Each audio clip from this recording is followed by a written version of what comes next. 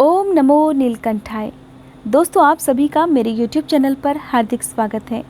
आज मैं एक बार फिर से आपके लिए लेकर आई हूँ सावन महीने में सुनी जाने वाली भगवान शिव की एक कथा। इस कथा को पुराणों में अमर कथा के नाम से जाना जाता है। क्यों इसे अमर कथा कहा जाता है, ये आपको आज की इस वीडियो में सुनने को मिलेगा। तो दोस्तों, वीडियो प्रारंभ करने से पहले आप सभी से अनुरोध है कि वीडियो को लाइक करके कमेंट बॉक्स में जय भोलेनाथ जरूर लिखिएगा। आपकी जो भी मनोकामना है भोलेनाथ की कृपा से वो इस सावन में जरूर पूरी होगी। तो आइए दोस्तों, सुनते हैं।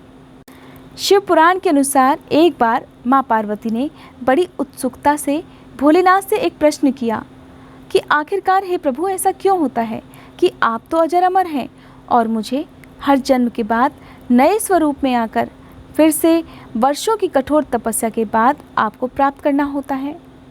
जब मुझे आपको ही प्राप्त करना है तो फिर मेरी इतनी तपस्या क्यों?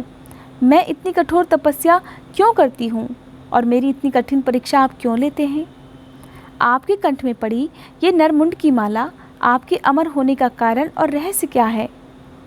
तब भगवान शिव ने पहले तो देवी पार्वती को गूढ़ रहस्य बताना उचित नहीं समझा, लेकिन पत्नी की जिद के आगे उनकी एक नहीं चली। तब भगवान शिव ने माँ पार्वती जी से एकांत और गुप्त स्थान पर जाकर अमर कथा सुनाने को कहा, ताकि उनकी इस कथा को कोई और ना सुन पाए, क्योंकि कहा जाता था कि जो भी इस कथा को सुन लेता वो अमर हो जाता। इस वजह से भगवान शिव माँ पार्वती जी को लेकर किसी गुप्त स्थान की तरफ चल पड़े। सबसे पहले तो भगवान भोलेनाथ ने अपनी सवारी नंदी को पहलगाम पर छोड़ दिया।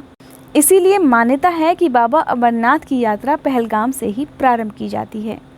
आगे चलने पर चंद्रमा को चंदनबाड़ी में अलग कर दिया और गंगा जी को पंचतरणी में। उसके बाद गले में पड़े आभूषण रूपी सर्पों को शेषनाग पर छोड़ दिया। इस प्रकार से इस पड़ाव का नाम पड़ गया शेषनाग। आगे की यात्रा में अगला पड़ाव गणेश टॉप पड़ता है। इस स्थान पर बाबा ने अपने पुत्र भगवान श्री गणेश को भी छोड़ दिया था, जिसको महागुणा का पर्वत भी कहा जाता है। और फिर पिस्सू घाटी में पिस्सू नाम के कीड़े का भी उन्होंने त्याग कर दिया। इस प्रकार भोलेनाथ ने अपने पीछे जीवनदायिनी पांचों तत्वों को भी अपने से अलग कर दिया और इसके बाद माँ पार्वती के साथ वे एक गुप्त गुफा में प्रवेश कर गए।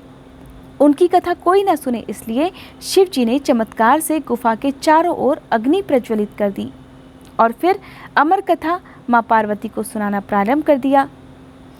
कथा सुनते हुए देवी पार्वती को बीच बीच में नींद आने लगी। भगवान शिव कथा सुनाते रहे। तब भगवान शिव ने देखा कि बीच बीच में पार्वती जी को नींद आ रही है, तो उन्होंने देवी पार्वती से आग्रह किया, हे देवी, जो कथा मैं तुम्हें सुनाने जा रहा हूँ ये कथा बहुत लंबी है और ऐसा ना हो कि कथा को सुनते सुनते तुम्हें बीच में ही नींद आ जाए। इसलिए मैं चाहता हूँ कि कथा सुनते समय तुम बीच में हुंकारे भरते रहना, ताकि मैं समझ पाऊँ कि तुम इस कथा को सुन रही हो। देवी पार्वती इस बात के लिए सहमत हो गई। तब भगवान शिव ने उन्हें अमर कथा सुनाना प्रारंभ कर दिया। कथा सुनते सुनते देवी पार्वती बीच बीच में हुंकारे भरती, लेकिन कथा लंबी होने के कारण देवी पार्वती को बीच में ही नींद आ गई। जिस गुफा में भगवान शिव इस अमर कथा को सुना रहे थे, दैव योग से उसी गुफा में उस समय 2 सफ़ेद कबूतर भी थे जो कि इस कथा को सुन रहे थे। उन्होंने जब देखा कि बीच बीच में देवी पार्वती हुंकारे भर रही हैं, तो वे भी गूं गूं की आवाज़ निकालने लगे।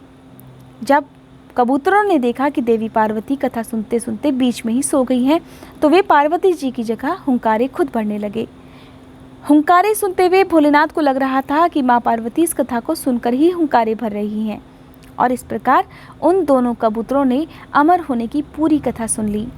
कथा समाप्त होने पर भगवान शिव का ध्यान जब देवी पार्वती की ओर गया, तब उन्होंने देखा कि देवी पार्वती तो सो रही हैं, फिर ये हुंकारे कौन भर रहा था? तभी महादेव की नज़र कबूतर के जोड़े पर पड़ी, तो वे क्रोधित हो गए और उन्हें मारने के लिए आगे बढ़े। इस पर कबूतर के जोड़े ने भगवान शिव से कहा, हे प्रभु, हमने तो आपसे अमर कथा सुन ली है। अगर आप हमें मार देंगे तो अमर होने की ये कथा तो झूठी साबित हो जाएगी। इस प्रकार भगवान शिव ने कबूतरों को जीवित छोड़ दिया, लेकिन उन्हें आशीर्वाद भी दिया कि तुम सदैव इसी स्थान पर शिव पार्वती के प्रतीक चिन्ह के रूप में निवास करोगे। और इस प्रकार अमर कथा सुनने के कारण कबूतर का ये जोड़ा अजर अमर हो गया। ऐसा कहा जाता है कि अमरनाथ की गुफा में आज भी कबूतरों का जोड़ा भक्तों को दर्शन देता है, क्योंकि भगवान शिव ने देवी पार्वती को इसी गुफा में अमर कथा सुनाई थी। इस प्रकार ये गुफा अमर कथा की साक्षी हो गई और इसका नाम अमरनाथ गुफा पड़ गया। इस गुफा के अंदर भगवान शंकर बर्फ के निर्मित शिवलिंग के रूप में विराजमान हैं। कहा जाता है कि अमरनाथ की गुफा में जो भी भक्त भगवान शिव के इस रूप के दर्शन कर लेता है उसका जीवन धन्य हो जाता है। दोस्तों, ये थी आज की वीडियो। उम्मीद करती हूँ आज की ये वीडियो आपको अच्छी लगी होगी। अगर ये वीडियो आपको पसंद आई हो तो इस वीडियो को लाइक करने के साथ साथ मेरे चैनल को ज़रूर सब्सक्राइब कीजिएगा।